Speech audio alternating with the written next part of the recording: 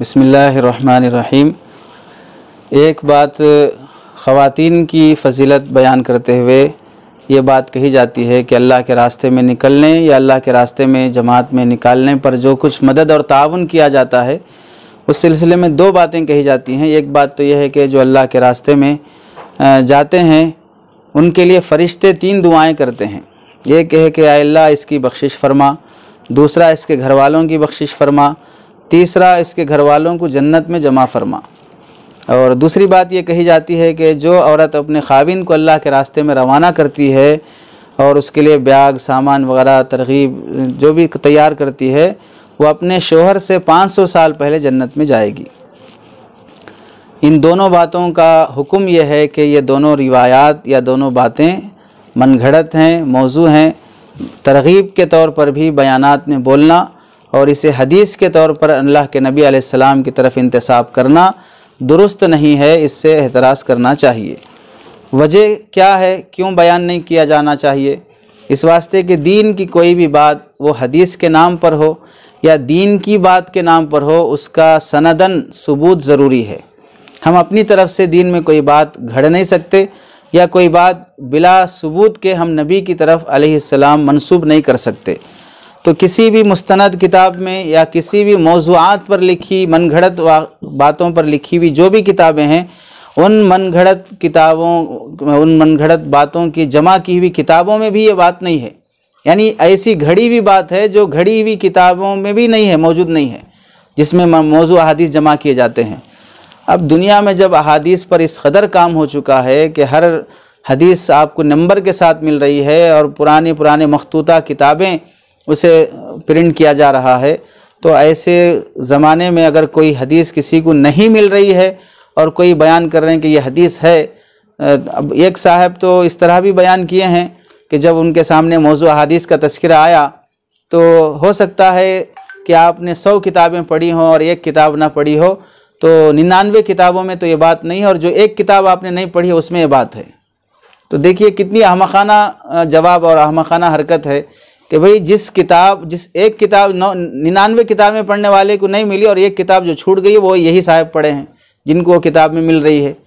तो जो हदीस बयान करते हैं पहले ये सोच लेना चाहिए, इसमें नफ्सियात और ज़ातियात का मसला नहीं है, किसी से ज़ाती दुश्मनी नहीं है।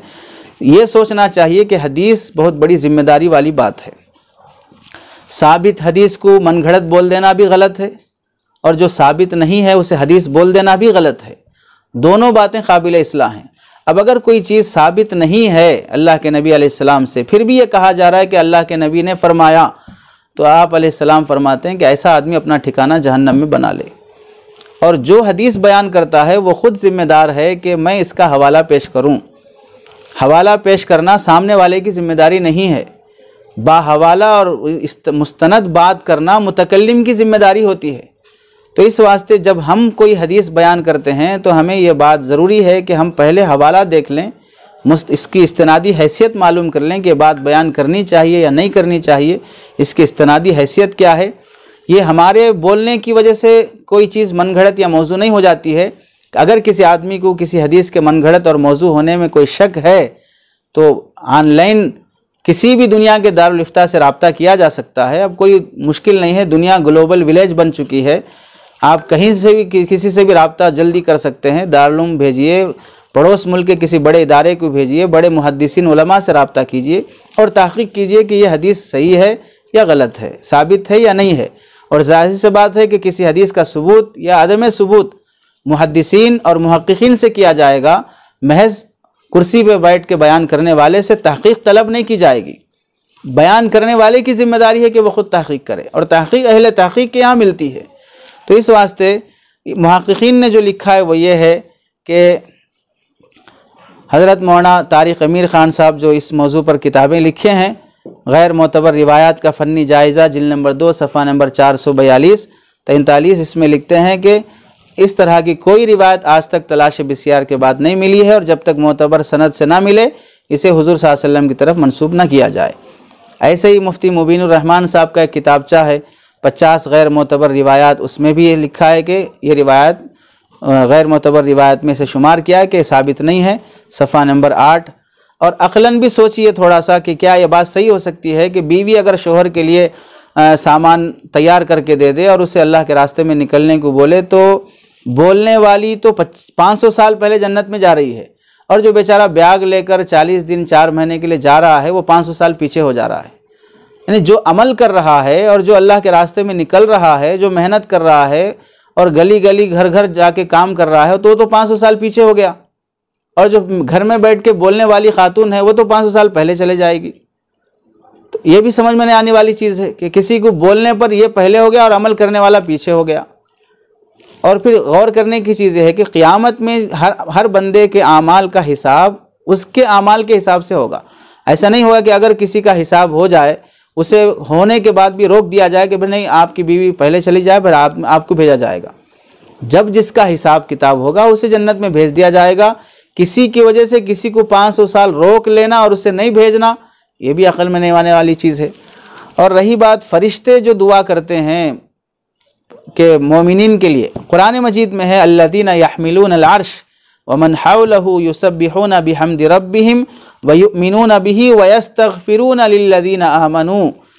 इस आयत में सूरतुल मुमिन की अल्लाह ने जो फरमाया कि फ़रिश्ते जो हामिलीन अर्श हैं मोमिनीन के लिए इस्तिग़फ़ार करते हैं, दुआए मग़फ़िरत करते हैं, लेकिन इसमें तख़सीस नहीं है कि वो मोमिनीन अल्लाह के रास्ते में जाने वाले हैं या नहीं जाने वाले हैं। सब ईमान वालों के लिए उनकी दुआ है। चुनांचे हज़रत क़तादा फरमाते हैं यस्तग़फिरूना लिल्लज़ीना आमनू ए लिअहलि ला इलाहा इल्लल्लाह। तफ़सीर तबरी सूरतुल मुमिन में इसकी वजाहत मौजूद है। ऐसे ही हदीस में है मन दल्ला अला खैरिन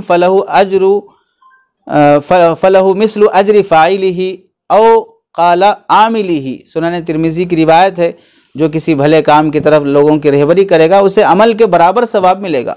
तो अगर बीवी अल्लाह के रास्ते में निकलने के लिए रहबरी करती है, तरगीब देती है, साथ देती है, तो उसे अमल के बराबर अजर मिलना तो साबित हो रहा है।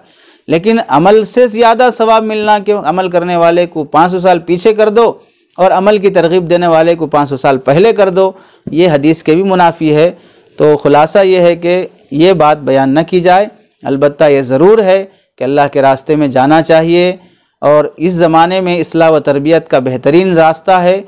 जिन रास्तों के ज़रिए से बंदे को हिदायत और इस्लाह होती है, खानखा भी इस्लाही ज़रिया है, दावत तबलीग भी इस्लाही ज़रिया है, उलमा से जुड़े रहना भी इस्लाही ज़रिया है। इस्लाह के मुख्तलिफ़ रास्तों में से बेहतर रास्ता है। इसकी तरगीब भी होनी चाहिए, ताउन भी होना चाहिए, साथ देना चाहिए, इससे किसी का इनकार नहीं है। हम भी उसी जमात के हैं। अलबत्ता जो बात साबित नहीं है उसे अल्लाह के नबी अलैहिस्सलाम की तरफ मंसूब करने से बचना ज़रूरी है।